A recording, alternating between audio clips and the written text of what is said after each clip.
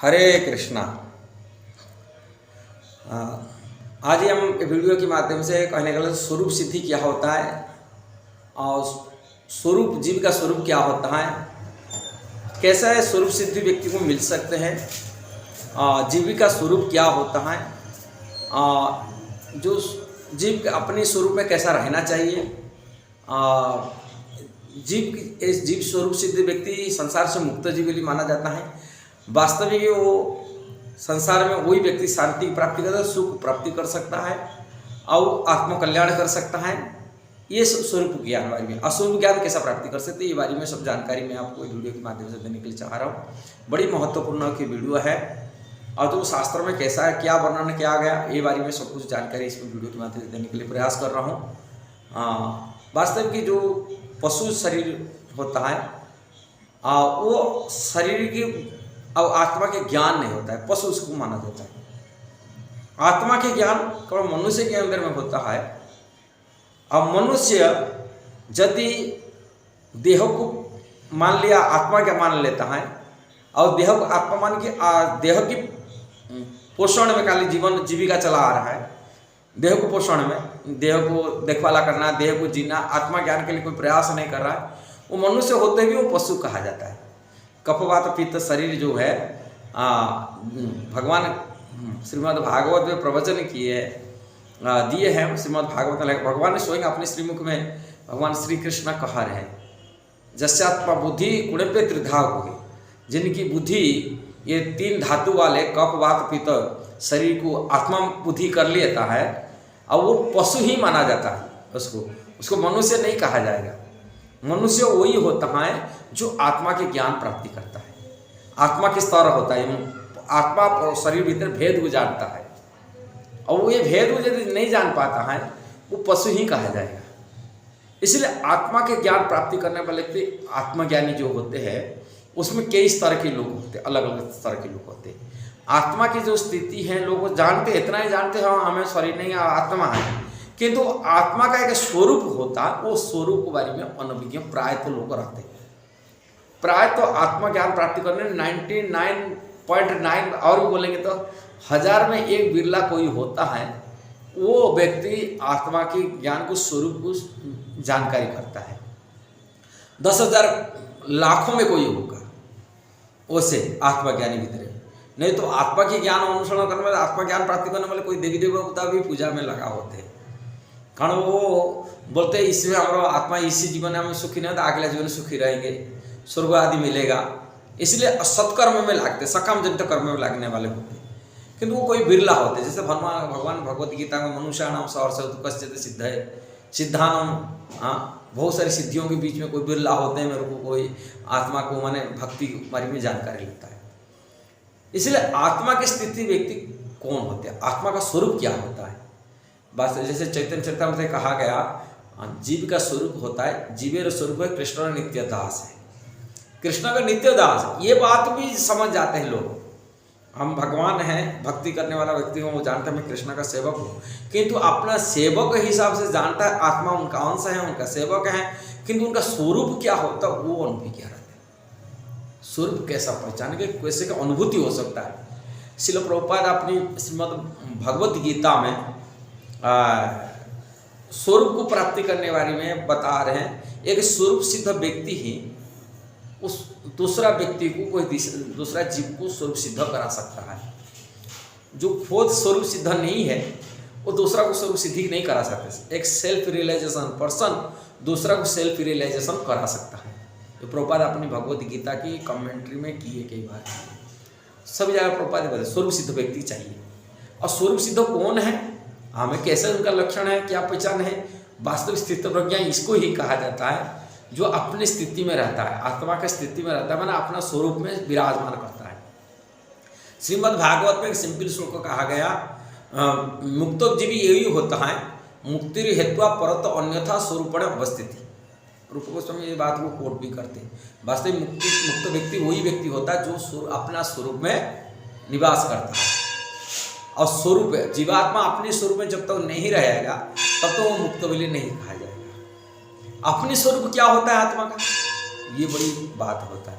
एक तो हम बोले दास हैं और दास, ये दास में सेवक के हिसाब से 5 प्रकार की सेवक होते, दास होते भगवान के सेवक, सेवा करने वाले 5 प्रकार की।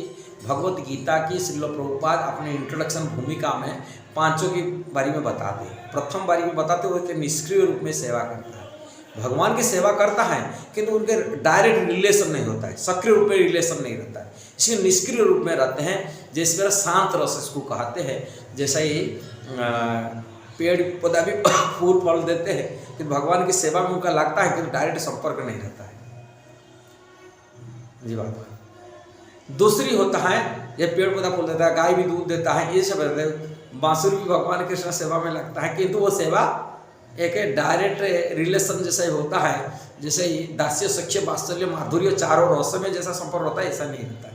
ये शांत रस की सेवक होते हैं। दूसरी सेवक होते हैं दास रूप में, जो अपने भगवान को अपना मालिक स्वामी मानते वो सेवा करते हैं, ऐसे सेवा होता है। अब तीसरा होते हैं सख्य भाव से कृष्ण को अपना सखा मित्र रूप में मान करके सेवा करते हैं। चौथा है वात्सल्य रस में सेवक होते हैं। वात्सल्य रस सेवा करते हैं, अपने को माता पिता मानते, कृष्ण से बड़े मानते अपने को, और कृष्ण को अपना छोटा भगवान को छोटा मान की सेवा करते, ये भी सेवक होते हैं। चौथा है 5वां नंबर सेवक होते हैं जो प्रिय रूप में भगवान के प्रेयसी बन की सेवा करते हैं। अब प्रेयस में कई सोकिया प्रेयसी है, परकिया प्रेयसी है, ये सब प्रेयसी बन है। ये जो स्वरूप इसका होता है, ये जीवात्मा उसी भाव में सेवा करते हैं, क्योंकि ये भाव जीवात्मा जो भजन करने में प्रकट नहीं होता है, उनको अनुभव है। किंतु कुछ सहज्य लोग होते हैं, ये सावधान रहना चाहिए।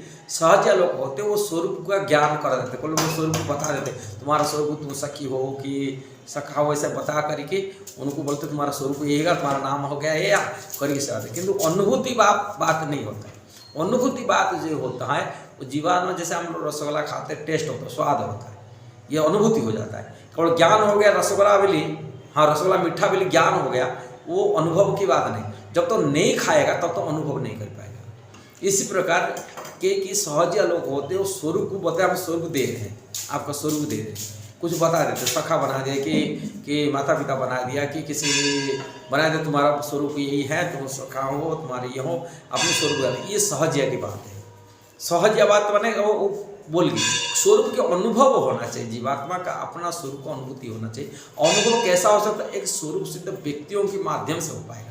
स्वरूप सिद्ध व्यक्ति को नहीं कहता तुम्हारा तुम सखा हो से क्या हो, कुछ नहीं, वो अनुभव हो जाएगा, अपने अपने अनुभूति हो जाता है, अपने अनुभव करता मैं कृष्ण साथ मेरा क्या रिलेशन है, कैसा रिलेशन अनुभव हो सकता है। और स्वरूप सिद्ध व्यक्ति ही पास जब दीक्षा संस्कार होता है, दीक्षा काले शिष्य करे आत्मसमर्पण, सही काले कृष्ण तारे करे आत्मसमर्पण। चैतन्य चरितामृत श्लोक कहा गया है एक बात को, मैंने जो दीक्षा लेता समर्पित हो जाता है कि स्वरूप सिद्ध व्यक्ति की चरण गुण आश्रय ले जाता है, ऐसे वैष्णव दीक्षा संस्कार होता है, वो व्यक्ति के अंदर में स्वाभाविक रूप में स्वरूप अनुभूति है। श्रील प्रभुपाद के बारे में जब पूछा गया, भक्त लोग पूछे कैसा हमारा स्वरूप क्या है, हम कैसा बने, प्रभुपाद सीधा साफ कर बोले तो भजन करो। विदेश के भक्त थे, उनका भजन, वास्तविक व्यक्ति जब तक तो भजन में शुद्धता नहीं होगा तब तो स्वरूप की अनुभूति नहीं हो पाएगा। इसलिए भजन करना पड़ेगा, भगवान के नाम को खूब जप करना पड़ेगा। जब व्यक्ति जप करता है, जड़ बुद्धि से आध्यात्मिक बुद्धि प्राप्ति कर लेता है। भजन इसलिए आवश्यक बहुत, जब तक भजन नहीं करता है व्यक्ति, मूल कारण है भजन सबसे बड़ा महत्वपूर्ण। भगवान के नाम को उच्चारण करता है, जैसे हरे कृष्णा कृष्ण कृष्णा हरे हरे, हरे राम राम राम हरे। ये महामंत्र जितना ज़्यादा जो जप करता है, भजन करता है, भजन करने से नाम निरंतर जब जप करता है, भजन करने से तार अनर्थ निवृत्ति होता है। जब तो अनर्थ पड़ा उनको देह बुद्धि से प्रवेश कराता है, बार बार की का अनर्थ ही हमको भोग वासना में पैदा करता है, अनर्थ ही हमको देह बुद्धि में बांध के रखता है, मुक्त कराता है, देह बुद्धि से आत्मबुद्धि नहीं आता।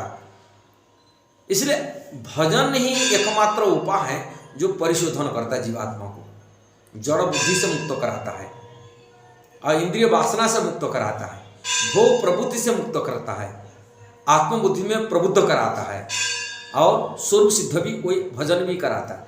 भजन भी प्रोसीजर है, भजन ऐसा ही नहीं होता। भजन करना होगा तो हम भजन तो से नॉर्मल करते हैं, जैसे ही माला ले लिया, माला कर लिया, भजन करते हैं, ये आत्मज्ञान प्राप्ति करता है। अपने आगे बढ़े हमको संस्कार करना पड़ता है। भजन भी गुरु की अंडर रह के भजन किया जाता है। जैसे पढ़ाई करते हैं, किसी शिक्षक की तत्वावधान में पढ़ाई करना पड़ता है, ऐसा ही हमको मध्य भजन भी है कि स्वरूप सिद्ध व्यक्तियों से कि आत्मज्ञानी से भजन प्रक्रिया सीखना पड़ता है, कैसा भजन करना चाहिए, कैसा भजन करने से हम आत्मज्ञान प्राप्ति कर सकते हैं, कैसा भजन कर अपने स्वरूप की अनुभूति कर सकते हैं, कैसा भजन करने से हम भजन में प्रगति कर सकते हैं, अब भगवान की अनुभूति कर पाते हैं बार बार की। ये भजन की प्रक्रिया जो भी सीखना ट्रेनिंग है, एक गुरु आवश्यक है, स्पिरिचुअल मास्टर, आध्यात्मिक गुरु। इसलिए जब आध्यात्मिक गुरु को ग्रहण करके गुरु के शरण जाके उनसे ज्ञान प्राप्ति करेंगे, उनकी तत्वावधान में भजन करेंगे, तब भजन पक्का हो पाएगा, ऐसा भजन नहीं हो पाएगा। इसलिए हमको आध्यात्मिक भजन के लिए आध्यात्मिक ज्ञान प्राप्ति हो कि माला के हरिनाम जप करना हो, ये सभी के लिए आवश्यक है एक गुरु। और गुरु की शरणा में रह करके उनकी सेवा करते हुए, गुरु की सेवा करना, वैष्णव सेवा करना, गुरु आश्रम में रह करके ये शिक्षा प्राप्ति करना चाहिए।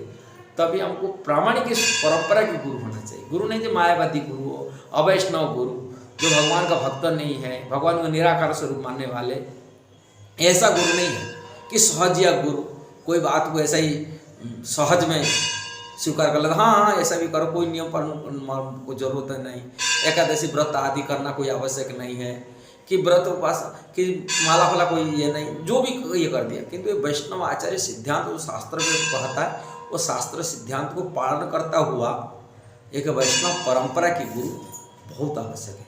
अब परंपरा गुरु से हम दीक्षा शिक्षा आदि लेते हैं, हमको आगे प्रगति कर पाते हैं, आत्मज्ञान प्राप्ति कर पाते हैं, आत्मा का स्वरूप को अनुभूति कर पाते हैं और भगवान का साक्षात्कार कर पाते, भगवत साक्षात्कार कर पाते हैं।